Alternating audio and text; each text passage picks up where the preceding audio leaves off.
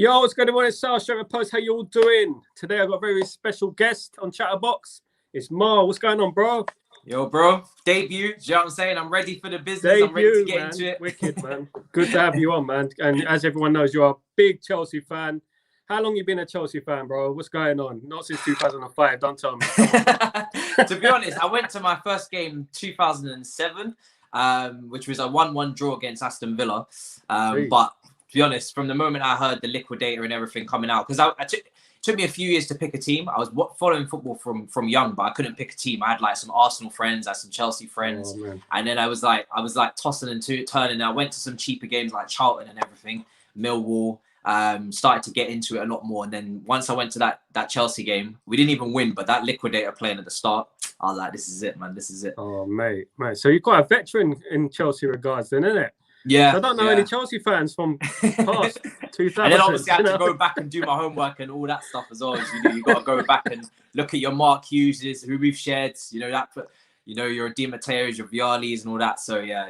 Yeah. What made you fall in love with the club then? Who was it? Was it a particular player in particular, or was it a manager? Definitely Frank Lampard. Definitely. When I went to the first game, I was just watching him. Literally, he was the guy I was just watching. Everything from his hand movements, his signalling.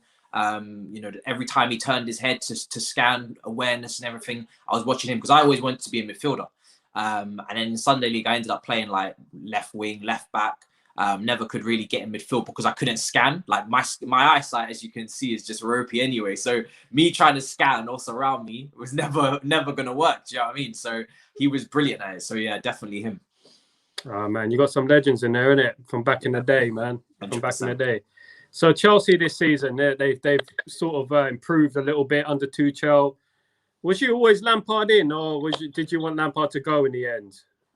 Forget about Tuchel. Forget about the way how he's performing now. But I know he's doing well now, innit? But did you want Lampard to stay a little bit longer? Yeah, no. I tried to be as patient as I could with him. But after that Leicester game, I've decided that I felt he needed to go. I couldn't give any more logical reasons as to why he shouldn't go. I had so much patience because I was waiting to see if he would, improve the team and the results after the 2-week break where we had a game. In that 2 week, we had a game against Morecambe, which basically acts as a friendly. The whole season, there's not much training time. There's a lack of days to work with the team. There's not a lot of new players as well. So I said to myself, I'm giving the benefit of the doubt to integrate all of these new signings, in this freak of a season. I give him the benefit of the doubt. I see what he comes back with those 2 weeks after the break. And to be honest, he didn't look any better. And I thought to myself, I don't know if he's ready for this. I don't think he might know what he wants, but whether he can implement it, whether he's experienced to get it actually across to the players, I don't really think he can. Because we played Fulham after that 2-week break. We played Fulham away from home. We beat them 1-0 and they had 10 men, but we was awful. And then Leicester, we lost 2-0. So after the Leicester game, I was like, nah, it's done. This is a good thing about Chelsea. And if I'm going to compliment Chelsea about anything, you guys are ruthless, man. Yeah. You just get rid of it. It doesn't matter if he's a legend, whatnot. You can tell it weren't going right. Gone. That's it. With us, we got too much nostalgia, man. Too many fans have got too much nostalgia. They're thinking too much about the past, not about logic in regards to Ole Gunnar Solskjaer. What's your opinions on Ole Gunnar Solskjaer, mate? Like in regards to Man United, do you think he's overrun his stay now? I 100%. I mean, I don't rate him very highly. From a rival perspective, I hope he stays as long as possible. Yeah, from a rival perspective, I hope he stays as long as possible because I don't see you winning a major trophy or going back to where you ought to be with him in charge. I think again, I look at him. I think, dude, does he really? Is he a top manager? Of course he's not. Pochettino. These are the names that clubs of our stature should be going for. So I'm more than happy to see him now. I think your record against the top 6 this season speaks for itself. Ever since the slap against Tottenham, the 6-1, now it's just been, hanging on for 0-0s every single game. You came to our ground last week and you nearly strangled me. Do you know what I mean? I couldn't even breathe watching that. It was horrible, man. It was horrible. Try being a fan. My God. I've never turned off a game. I've never turned off a game at Man United at half time. I had enough. That was it. You turned it off. I couldn't watch it anymore. You knew it was 0-0. The fog had more bite than us, man. You know what I mean? It's one thing watching through the fog. Next thing you're like, oh my God, it's 0-0.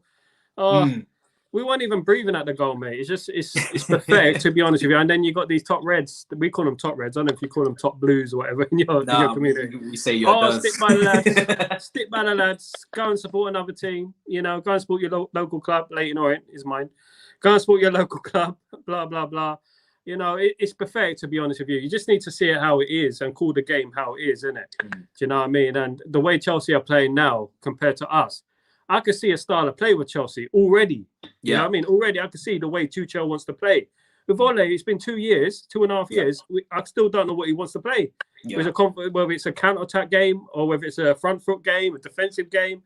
You know, that's the problem with him, I think Oli seems to rely on moments and individual brilliance a lot. You know, whether it's a Pogba volley or Fernandes penalty, you're relying on individual brilliance and moments and not actually because the team's playing well. I mean, there was a stat that went out that said you didn't even get into the opposition box in terms of touches. Like, there's no goals scored in over 500 minutes and all this crap. And I'm just like, what is going on here? Do you know what I mean? I feel if I'll give him a credit somewhere, I think he's galvanized the team. I think, you know, everyone kind of wants to play for him. He's creating an atmosphere. And of course, against the Big Six last season, he was quite good. This season, it's a lot worse. But just in terms of actually, you know, finishing the job and getting trophies through the door, semi-finals, your record is appalling.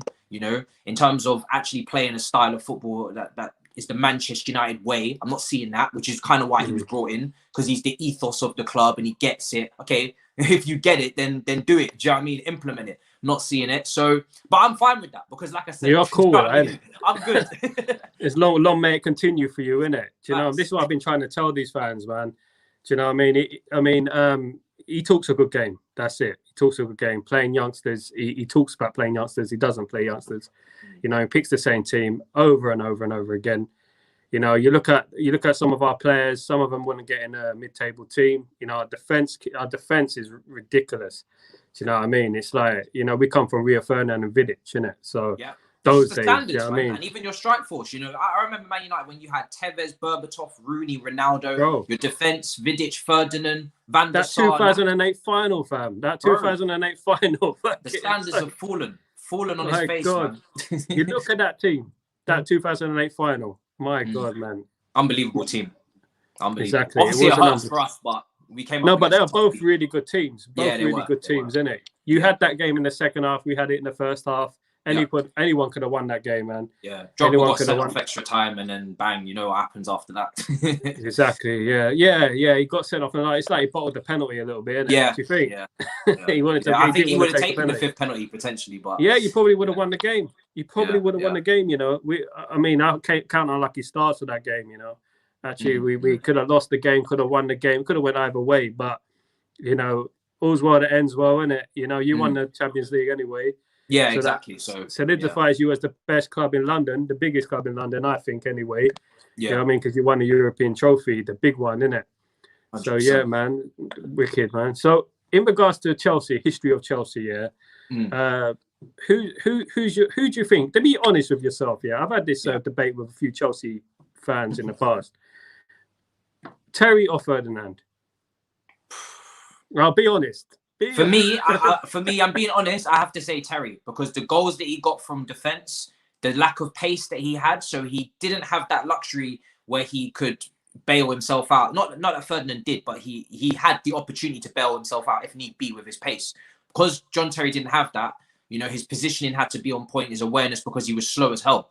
And then on top of that as well, I think just the passing range, left foot, playing out from the back, no one was better, switching play and breaking lines of defense with his weaker foot as well. I thought he was brilliant with that on the left side of defense with a left foot. That doesn't happen too often. And then obviously he was a captain, led us from the front. You know, off the field stuff we don't talk about. Do you know what I mean? That's for Wayne Bridge. But when it comes to on the field, and Giggsy, when it comes to on the field, he led the team. You couldn't really ask for a better captain in terms of that. You know, so for me, I would say John Terry. I don't even do bias, because I'll obviously pick United for some things if it's Ronaldo, Hazard, and all these things. All right. What about Lampard and Scholes then? Come on. You're killing me, because that's my favourite player now. Do you know what I mean? Do you know what? I rate Scholes very highly. Do you know what I mean? Because he started as a second striker and kind of moved back in his career through the midfield and then became a deep line playmaker. But you're asking me about my favorite player now, so I have to go Lampard because he's all-time goals. He's our best ever player for me. Like that's the pinnacle. Do you know what I mean? It doesn't get any better than that. He's our all-time, leading goal scorer. I think his assisting and his playmaking ability is very underrated. The way that he was able to pass the ball, that pass against Barcelona where he didn't even look and it went straight through to Ramirez. And like I said, the scan and the awareness. So for me, Lampard's my favorite player. Period. It goes to show you what England had. England, the blessings they had in that midfield position. Do you know what I mean? They just couldn't. They didn't have the manager, I don't think, just to get them all together into one team. Should have won something, that team, man. So I want to ask you a question about Chelsea. In your opinion, you haven't had I wouldn't say you haven't had a decent striker in years. Yeah. But you haven't had a prolific striker since Drogba left. I don't think anyone's really filled the void. Apart from maybe Diego Costa at one point. Do you think? Yeah, Diego Costa. Yeah. How many goals did he score? I mean, even Diego Costa was good in the Premier League. He didn't really do it for us in Europe in his second season at Conte, but the season was kind of dead anyway. I think we got knocked out in like the round of 30. Was it? We got knocked out in the round of 16, I think. But Diego Costa, even in the title winning season, kind of fell off in the second part of the season. Had a great first half of the season, and second half of the season we was very. Sorry, not under Conte. This was under Mourinho. He was second half of the season under Mourinho. We kind of tailed off. We was very defensive, and we kind of just relied on Hazard and counter attack. Under Conte, he was brilliant as well in our title winning season. So he got 2 titles here. So I have to give him credit. But yeah, we've been hit and miss with our strikers. I think Abraham gets his goals. I think he gets a bit too much disrespect for someone that's quite young, still developing. Didn't cost us a penny. And seeing as this is a club that's had to suffer with the likes of Morata, with the likes of Pato, Falcao, Higuain, you can keep going through them. So many Chelsea flops up front. I think Abraham's done very well. But in saying that, Abraham's not of the level to be starting week in, week out. If we want to win a Premier League title, we need. It needs a bit of consistency, though, isn't it? Yeah, that's the thing. You need a bit of consistency. You need to be picked. You need to be trusted. Players improve. I mean, for example, McTominay of our team, he just continues to get picked.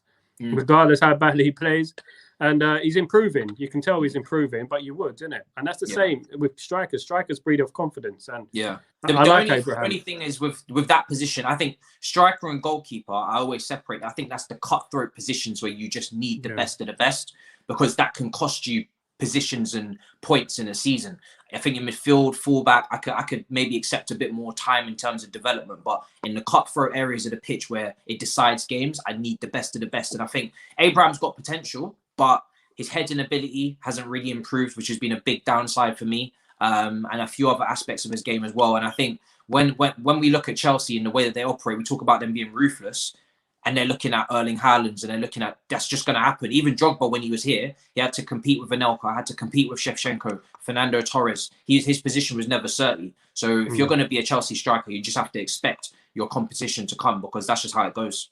I can see you bringing in Haaland, to be honest. I've got a feeling you're just going to bring in Haaland. Now just kill it, man, for next season, for goodness sake. We'll still be sitting there with Ole Gunnar Solskjaer and Rashford and Martial up front, 2 goals in 15 odd appearances and stuff, man. It's crazy. I don't know. It's really bad to be a Man United fan. It's really, it's a bit sad, really. Do you know what I mean? Because I thought, we had a title challenge for all of a week, and then it all went pear shaped, and we had our hopes up and everything like that. But no, man, Ole just didn't do it. He just ruined it. He just losing to Sheffield United at home, bro. That was bad. That was terrible, mate. That was terrible, bro. In regards to Chelsea again, like if there was one player in your team in the history of Chelsea that you were the most disappointed in, who was it? Like if you had high hopes, but he didn't do well, he let you down, sort of thing as a player, Who am I most disappointed in? That's a good question, It's tempting. Who did you expect to do? You had high hopes for, and he just sort of blew it out. This is going to be unpopular, but I'm still going to say Fernando Torres, because I know he had that moment in the Champions League, and he had the Europa League run as well, but just in the league it didn't happen. And the league, I always say define and judge players and managers on the league, because that's the bulk of the season. And players say that all the time in press. When they talk in media, they talk about the league. That defines how good of a season you've had. Anything can go wrong in the Champions League. Anything can go right in the Champions League. Anything can go wrong in the Cups. Anything can go right. it's kind of the luck of the draw. It's a moments thing, you know. It's one game. Do you know what I'm saying? It's knockout competition. The league shows the levels, yeah. And for me, because I had Fernando Torres, again, it's all about expectations and standards of a player. Because Fernando Torres was one of my favorite strikers when he went to, like, imagine a Chelsea fan. I hate Liverpool, right? Because of the Rafa Benitez, the ghost goal, the Mourinho beef, all that. We had so many, you know, big games against him in the Champions League. We just developed that hatred over that time. For me to actually like a Liverpool player in isolation, like the way that I liked and loved Fernando Torres, because I just thought he was an amazing striker at Liverpool. You know, the Blackburn goal, the Middlesbrough goal, just everything. Like even the goals against us, he was so good. For him to drop off like that when he came to Chelsea was just one of the most disappointing, heartbreaking things. Because even though he had great moments, and again, Barcelona goal, winning the corner of Munich, Europa League run, you know, basically, you know, won us that trophy there as well. Great, fantastic. And now I'm glad he's got that. But I just wanted that league form because I just wanted to see prime Torres, you know, and we didn't get that. So in terms of disappointment, I have to go with him because I can't stick it on one of these players where I didn't really rate them in the first place. Do you know what I mean? I have to stick it on someone that I rated so highly, so it has to go to him. He was one of the best, probably the best striker in Europe at the time, and at Liverpool, man. Definitely, man. I remember going to Old Trafford and he scored some goal, like it was 2-1 to United, but the way he headed the ball, I used to be behind the goal, right at the front, and they crossed the ball and he just stretched and he headed that ball. I don't know how he did it. It was just so quick. Boom, boom, goal. But that guy is world class, you know. But he reminds me a bit of Sanchez, to be honest with you. Reminds me a little bit of Sanchez. Like, you know what, I had high hopes for Sanchez, but came to United when he was at Arsenal, world beater. But when he came to United, that's it. You know, he declined immensely. You know, but yeah, man, I would say Shevchenko at Chelsea though. I would definitely say Shevchenko. Shevchenko at AC Milan. My God, that guy. He was prolific when he was scoring as soon as he went to Chelsea. AC Milan had a bad boy team, man. They were and then Crespo as well, yeah. What a team. What are you doing to these players, bro? What are you doing? You retired them. Casaroghi. When you get the number 9 shirt here, I don't know what happens. Do you know what I mean? People talk about curses and all this stuff. I don't know if that's true, but when you get the number 9 shirt at Chelsea, it can go tits up real quick. So yeah, man, we got a long list of strikers that we've managed to turn sour, so it's nuts. My God, man, I can think of a few, man. I just remember Casaraghi, second game or something against Liverpool, going flat into the post, and that was he came off, and that was it, man. Yeah, that was crazy, man. So, what are your expectations for the season? What do you think is an acceptable position for Chelsea with Tuchel?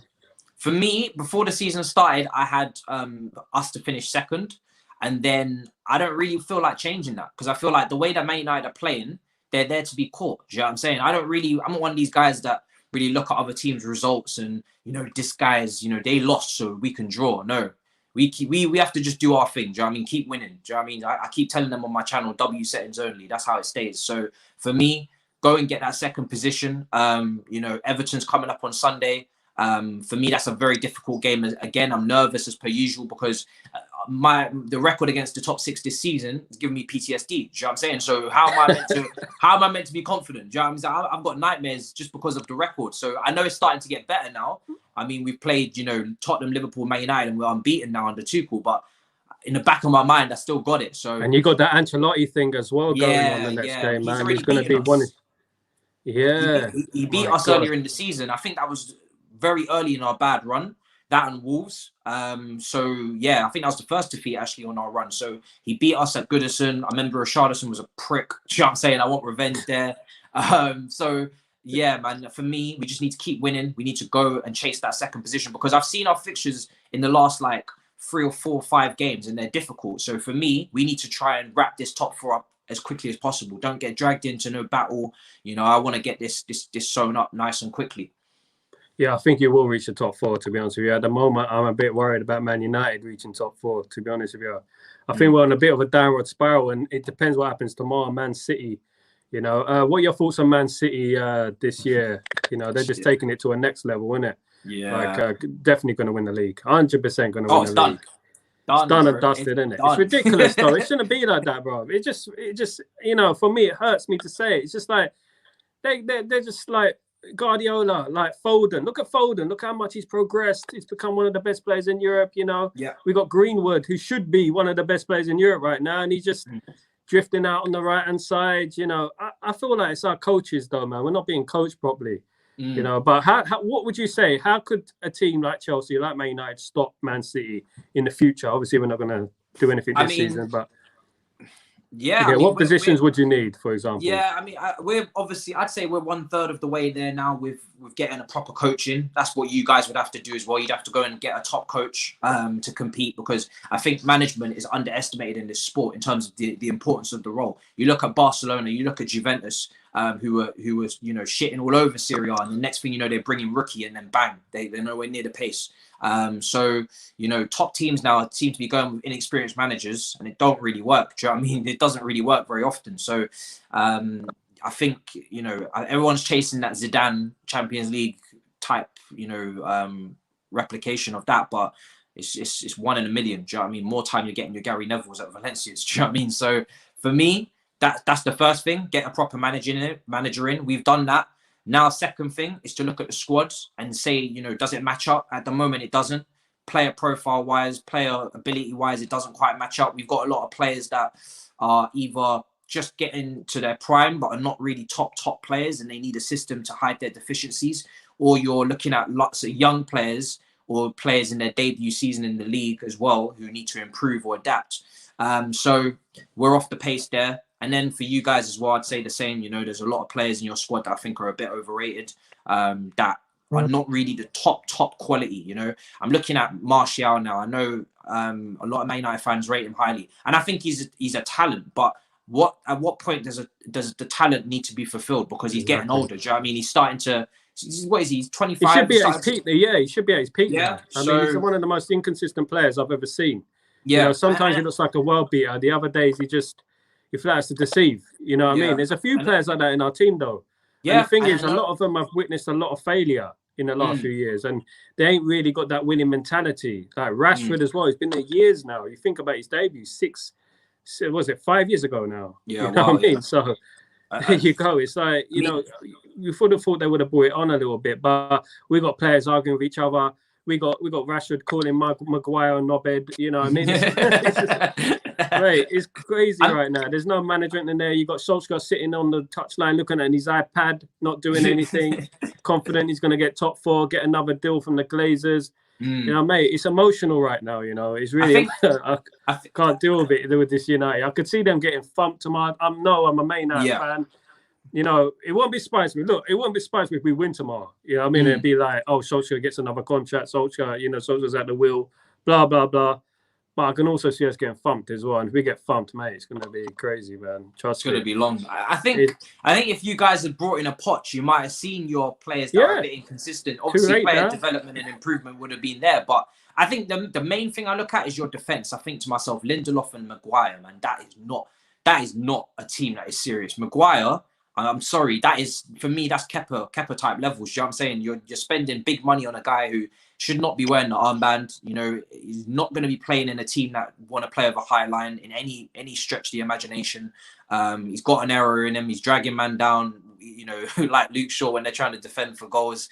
And for me, he's been relegated as well. It's like, do you know what I mean? It doesn't really make sense. He got relegated with Sheffield United or something. Yeah, something like that. I think he's been relegated like twice. I think between Ollie and Maguire, they've had more relegations than success. So, do you know what I mean? It's not really what you want leading United. And Maguire, that's exactly right. Like you say, like for example, Roberto Di Matteo, he won you the Champions League. And you sacked him. Yeah, you know what I mean? Because he wasn't good enough. Let's be real, he wasn't a good enough manager. He was going on a, bring everyone together like Ollie did at the start, an interim, which is what Matteo was meant to be, what Ollie was meant to be, what Giggs was. Bring everyone together, get the group back on side and move forward in the same direction. That is half the job. If the players are, not listening to you and they're not interested in your ideas and your ideologies, then you can't go anywhere, no matter how tactically astute you are. But on the flip side, if you don't have any real tactical knowledge and you're kind of freestyling every game to game, then you're not going to go anywhere either. Changing things every single game, changing lineup. So for me, he was always an interim Ollie. And then from the moment that he actually got the job properly, I thought to myself, You're not serious. You're not serious. Okay, they're not serious, man. If Ole won the Champions League, he'd be getting a 10-year contract, mate. Do you know what I mean? That's what'll be happening.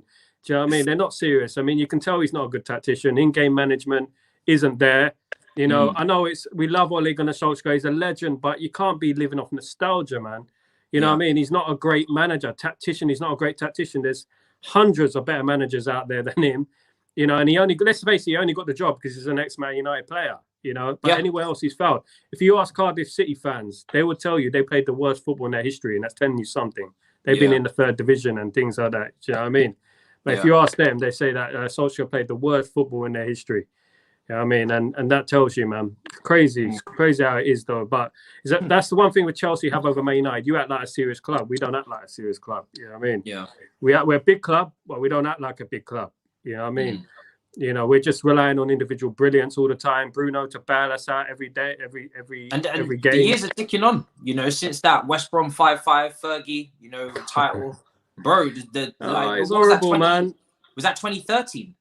13, yeah, 2013. 2021, raw. It's been a while. Like it goes on and on. Ask Liverpool fans. It goes on and on. You end up 20 years. Trust. Right now, I think it could be. At the way the stage we're in now, with Man City just improving, spending 500 million on the defenders, you know, I just can see it going on and on and on and on and on. People forget, like I feel like Man United fans and every fan base is guilty of it. Like, time doesn't wait for no man. Look at Arsenal. You know, they've gone from top 4 every year with Wenger. That's not good enough. But now, bang, you're not even qualifying for Europa League via the league. Now you're 10th. Do you know what I'm saying? You're scraping through Benfica to get through to the next round to have revenge against Olympiacos for your yearly battle. What is that? Do you know what I mean? What has it come to? And that is how a football club just declines and declines. If you're not there to win trophies. You got to be there to win trophies, bro. You know what I mean? And this is what I've been saying. This top 4, this second place best loser thing. I don't want top 4. I want trophies. Right? That's why I always said I prefer to win the Europa League, win an FA Cup, than just to come 4th place and that's it. Do you know what I mean? Yeah. Arsenal, a prime example. Arsenal, you know, I'm worried we're going to become like Arsenal, man. I'm worried because at the moment we're like just top 4. We'll do it. Get knocked out first round, Champions League. What's the point? Yeah. Do you know what I mean? The next season, there's no point in it, man. But I want to ask you now, like, football's Premier League's most overrated players, bro. Like, I'm not going to say Man United players. I just right. Yeah, go on. Yeah, I was going to say so. Yeah, I wanted to say your opinions on like I got slaughtered the other day on Twitter. So I said Bergkamp was overrated, didn't it? Bergkamp? Wow. Yeah. That's a wild one. I'm not jumping on you. I'm not jumping with you on that one. I'm trying to pull you in, man. I need a bit of support.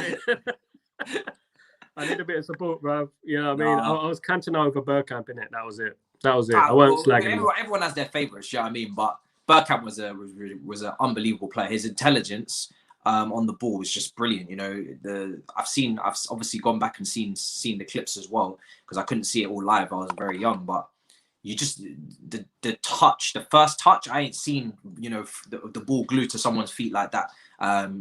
Able to flick it around an opponent and go, like, you're thinking ahead of the curve now. He's thinking 2-3 moves ahead of the opposition. That's how I would describe him. For me, obviously Henry as well was unbelievable. That's probably for me the greatest striker in the Premier League. Everybody's, you know, gonna have their own favourites. I've seen many names come. Henry was the next level, man. Henry was for me, and that's coming from a Chelsea fan. Do you know what I mean? But Henry, that burgundy black gloves, yo, that scared me. That's the one guy that's proper scared the crap out of me. Like, because the thing is with him is that he wasn't just a goal scorer. He had the skill, he had the height, he had the pace, he had the strength, and he could drop deep into midfield, pick up the ball and go all the way to the goal. Do you know what I mean? And that's different level. Do you know what I mean? We talk about, obviously, Shearer, great striker, but he was more, you know, in the box. I think he was, you know, unbelievable in the box. But you talk about a player that can go all the way to the halfway line, go on the left wing and cut you over there, then come inside. You know, it's too much to deal with. So for me, I would go with him in terms of the Premier League, obviously. When it comes Henry, to yeah, definitely. If I was going to pick a player to improve us during that period, it would have been Henry. Definitely Henry. Unbelievable striker. He was top of the list, man. Henry. Yeah, but thinking Bergkamp, he couldn't fly either. He didn't get on the plane. You know, so they used to leave him out of the games and stuff in Europe and stuff. So, you know, it hindered him a little bit, innit? So, yeah, man.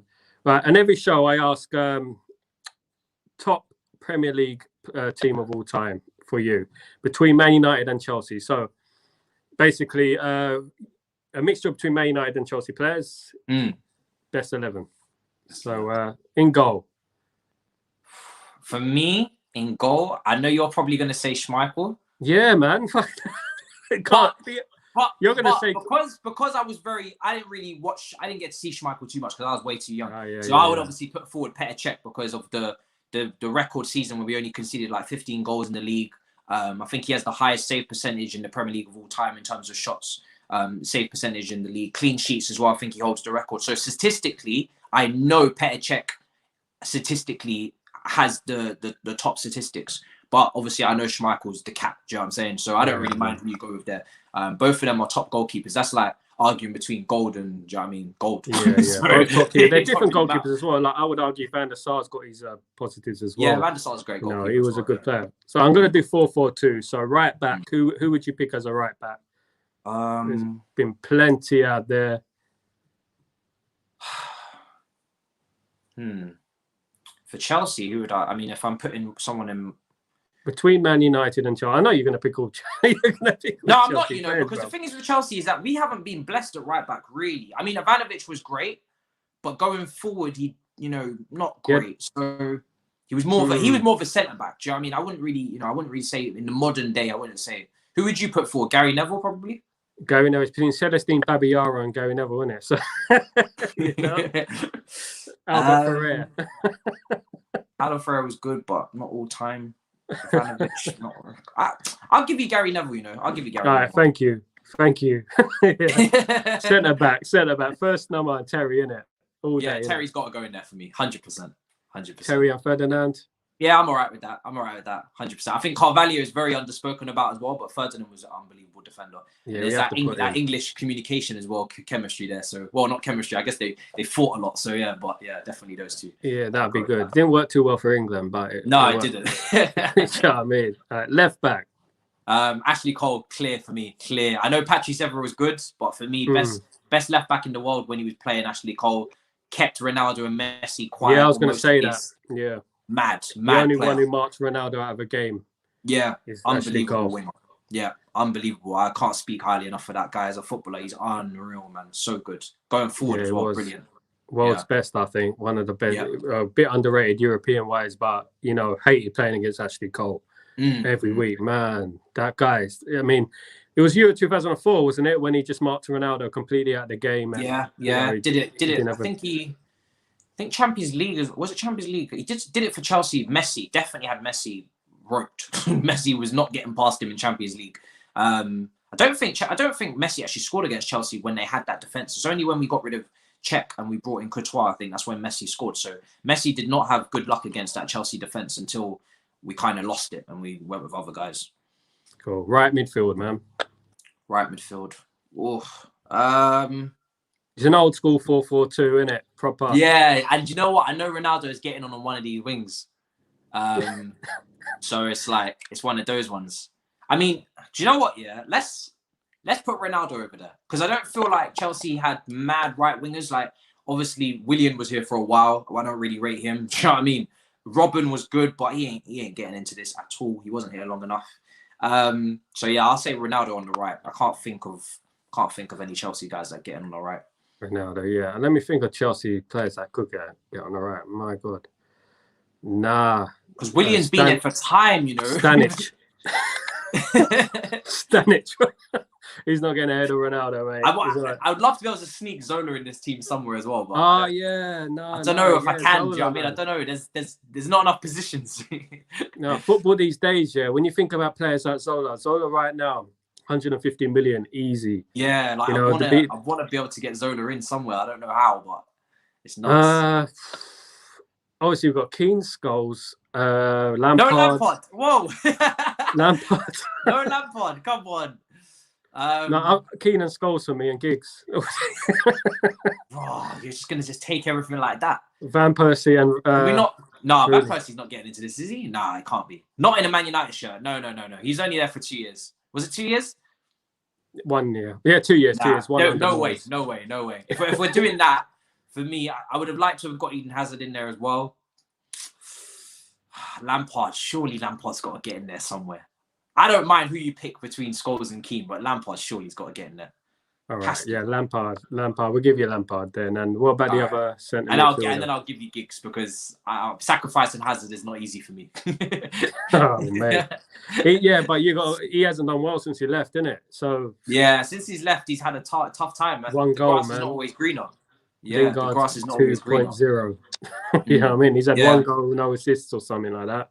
Yeah, you know what I mean? He shouldn't have left Chelsea. He was there too long. I think going to Real Madrid was a bit of a difficult one, innit? Especially now. Yeah, but he was a fantastic player, to be honest. Who's your other centre midfielder? Was it you had Lampard and who? I think Roy Keane balances that out very well. Joe, he was a monster. Do you know what I mean? Them fights with Patrick Vieira was nuts. him and Essien, I would say. Essien was brilliant. Essien was unbelievable. Yeah. The only problem with Essien is he got a lot of injuries, which is a shame. I think that stops him from being in it because he didn't play really maybe enough games. Some people will say Makelele, Kante. Makelele, yeah, I would say Makelele over Kante for me. Makelele was unbelievable as well. So yeah, there's that midfield. If anything, you need more people in there. That midfield was nuts. Both of our midfielders. There's a lot of players there, and you say Giggs on the left, yeah. Yeah, Giggs was a legend. All right, wicked. What about the front line? Nah, that's where it starts getting heated now. At the front, up the front for Chelsea. Jesus Christ. Or the dream team, should I say? That's nuts, you know. Do you put Rooney in this? I'm going to be a bit controversial, yeah, and many United fans won't like me for this. They don't like me anyway, a lot of them. But I'm going to be a bit controversial. I don't think Rooney really was as good as people think he was. I think he was good for like 3 years, between 2004 to roughly about 2008. You didn't like the evolution of Rooney when he turned into like a playmaker. Nah, man. I liked his heart. I think he overstayed his welcome, though. I think he was linked with us. He put in a transfer request, didn't he? Yeah, exactly. And people don't remember that. And I still remember that. Man, he wanted to leave. Transfer requests. Lack of ambition, blah, blah, blah. Maybe he's right. Maybe if you look back now, in hindsight, he's right because of the Glazers ain't really done much. I mean, they spent a lot of money, but, they ain't really done much in regards to developing the team. Maybe he saw something that we didn't, but I wasn't happy with Rooney at that time. Great player, probably the world's best youngster between 2004, 2008, 2009. But I feel that Cristiano Ronaldo was a big part of that team. I just feel Ronaldo, God, jeez, he has to get in the team. Yeah, he's on the right, isn't he? Cristiano? No, he is. Sorry, is he? Yeah, he's on the right. But the thing is, I'm controversial in regards to like Man United. I think they were better than some players look better than they were because of Cristiano Ronaldo. Namely Michael Carrick and players like that. They look really. You don't think these guys were as good as they've spoken about? Nah, I don't. And I feel like they used to get the ball, pass it to Ronaldo. I mean, Rooney's got a point, yeah, up until 2008, but 9, 10, 11, 12, he started to decline, and you could see the decline, And when he put in that transfer request, it upset me, man. It did. That's fair. Still putting in them overhead kicks, though. Yeah. What was that? Was it Man City? I think so. It's Man City, yeah. That's probably one of it was a good goal. It was a world-class goal, yeah, man. It was, don't get me wrong, he's a world-class, but I won't put him in my favourite strikers of all time for Man United. Okay, that's fair. Yeah. Who would you put in? I want to put in Drogba, but in terms of the Premier League, if I'm not I would put in Van Nistelrooy. Okay. And Eric Cantona. Shit, it's hard to argue. Because the thing is with Drogba is that he was brilliant in terms of in the finals and got massive goals in big games, but obviously tally-wise in the Premier League, he didn't put up like... Yeah, but he did so much more for the team, didn't he? Exactly, he used to hold up the ball. He used to bring players into play. I used to hate playing against Drogba, honestly. Oh yeah, every defender will tell you we hated playing against Drogba. He wasn't just there to score goals. He would set up Lampard. You know what I mean? So, Drogba's for probably my favourite striker, obviously at Chelsea. So, Van Nistelrooy is a mad one though. That finisher was just nuts. I don't really know if I can sneak my guys in here. I wanted Eden Hazard in this team as well, but it's not even going to work. It's a tough one, isn't it? It's a tough one. Hasselbank as well. He wasn't bad. Hasselbank was ridiculous. Both feet, could score headers as well. Not spoken about enough he's probably our best number 9 really that we've ever had. Yeah. That's nuts, man. Who else is there at Chelsea? Anelka was very clinical when he had a couple seasons, but not for the all-time. Thing is, Chelsea, yeah, apart from Diego Costa and Drogba and Anelka, everybody else has really been quite stinky. You know what I'm saying? So when it comes to levels, Drogba's got to be in there. I think Drogba. Yeah, I'd say Drogba, isn't it? Yeah, I'd say Definitely Drogba. Yeah. I'd take Drogba. Yeah, and he was there longer than Van Nistelrooy. How long was Van Nistelrooy in Prem for? Van Nistelrooy signed in 2002-03 season, so he was there from then till around 2006. He started having a fallout with Cristiano Ronaldo and stuff because he felt that Cristiano Ronaldo didn't cross the ball right and blah blah blah. He was just one trick pony. And I think Drogba just outside the box as well would maybe do more than Van Nistelrooy. So I'll give it to Drogba and then Cantona. I'd say This guy's saying Morata. What about him? Don't make me, please. This is why I've got a glass of water. I'm not trying to do any sort of sickness. just vomit in the cup. Yo, listen, bless up Morata. I hope you do your thing elsewhere, but that was one of the worst in terms of mentality and whatnot. One of the worst players I've seen for Chelsea. It's just mad. All right, man. Cool, brother. Well, I want to end the show on this. Yeah. Where do you think Chelsea will finish this season? Stick my neck out on the line and say second. Screw it. I think Leicester have got injuries. They might drop off. They tend to do that. I think United, for me, false image. They shouldn't be in second, but obviously they are just because the league's been, just hiccuping everywhere. But I'm hoping that we take second off you guys because I think Solskjaer just riding his luck too much. Do you know what I mean? And then we'll see if the other teams resurge, Everton, Liverpool. So yeah, I'll keep it with second. Screw it. It'll probably be third though. Yeah, I'll say fourth for us. I'll say fourth if we're lucky. Yeah. Yeah, man. Let me just read these comments. Look at Haaland's goal. It's unreal. Haaland, man. If you sign Haaland, that's it. It's game over, man. It's game over. Another Simeone, your boy Simeone is saying second. Yeah, man. Yeah. But anyway, thanks for joining me today, mate. It's been a pleasure having you on. Hopefully I can get you on the show again. 100. That'd be brilliant. Tell us where we can find you, man. Yeah, I mean, MAH on YouTube, 3 letters, very simple. We're just putting out daily content. Literally, obviously, the Everton game coming up on Monday, so we're going to be previewing that tomorrow. Had Alexis Nunes on a couple hours ago from ESPN. Brilliant reporter. Obviously, the big Pogba moment where she got thrown in the pool. Everybody knows about that. So we spoke about that and we spoke about Lukaku, spoke about Man United, Chelsea, a few other things as well. So, yeah. MAH on YouTube and thanks for having me, bro. It's been a pleasure. Great stream. God bless you, brother. I should catch up with you soon, man. 100. Cheers, brother. Peace.